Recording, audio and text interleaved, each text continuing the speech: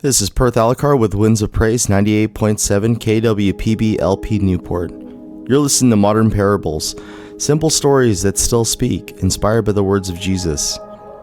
Jesus said, "A man was going down from Jerusalem to Jericho when he was attacked by robbers. A priest saw him and passed by, but a Samaritan, when he saw him, took pity on him." You can find that story in Luke chapter 10. This modern retelling is called The Detour. Evan Morales gripped the steering wheel tighter as his gas light blinked again. Figures. End of the month, end of his luck. He'd been praying for a new start, for work, anything after being laid off 6 months ago. The thought of who replaced him still made his jaw tighten. Derek Clay, the guy who undercut him in front of their boss, smiled through his apology, then walked away with Evan's job. So when Evan spotted that silver sedan stranded on the side of the road in the pouring rain, hood up, hazards blinking, he almost laughed. It couldn't be, but it was. It was Derek. He drove past, just for a second. Then he remembered his brother last winter, stuck in the snow for 4 hours before anyone stopped. Before he can talk himself out of it, he slowed, turned on his blinker, and pulled over. "Hey!" Evan shouted over the rain. "Need a hand?" Derek turned, soaked and angry. "No thanks, I've got it." "Doesn't look like it," Evan muttered. "I said I've got it," Derek snapped, slamming the hood. "Didn't expect to see you, of all people." "Yeah, well," Evan sighed. "I didn't plan to stop either." They stared at each other, two men with more history than either wanted to admit, standing in the cold gray rain with nothing but resentment between them. Then lightning cracked across the sky. Derek's phone slipped from his hand and splashed into the puddle. He bent down, muttering curses. Evan saw the panic behind his bravado, and something in him softened. "Come on," Evan said. "Hop in.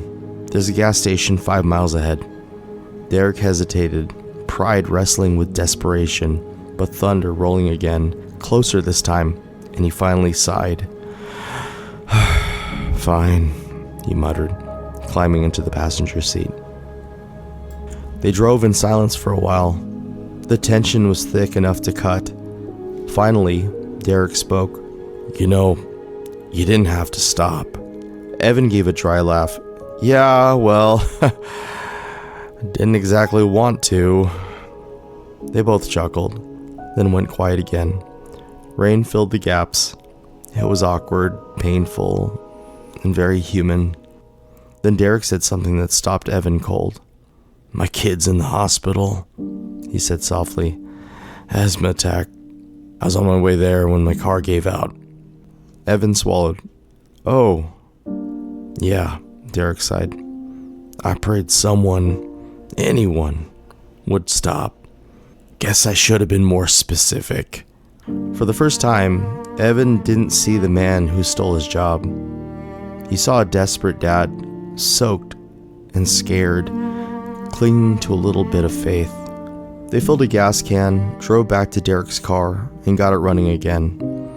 No words about forgiveness, no handshake, just a quiet nod. As Derek closed his door, he hesitated, then looked at Evan. "You ever think," he said slowly, "maybe the people we least want to deal with are the ones God sends on purpose?" Evan managed a small smile. "Yeah, maybe so." They both drove off in opposite directions, one toward the hospital, one toward a new job interview he'd almost missed. The rain stopped, and for the first time in a long time, Evan didn't feel bitter. He felt clean. If this story spoke to you, if you've ever struggled to forgive or wonder if doing good even matters, remember, love isn't a feeling, it's a choice. Even the smallest act of mercy can change two hearts at once. You can listen again or share this story at youtube.com/Winds of Praise or tune in live at windsofpraise.com. This is Perth Alacar with the Winds of Praise 98.7 KWPB-LP Newport, reminding you sometimes the road that you didn't plan to take is the one God had in mind all along.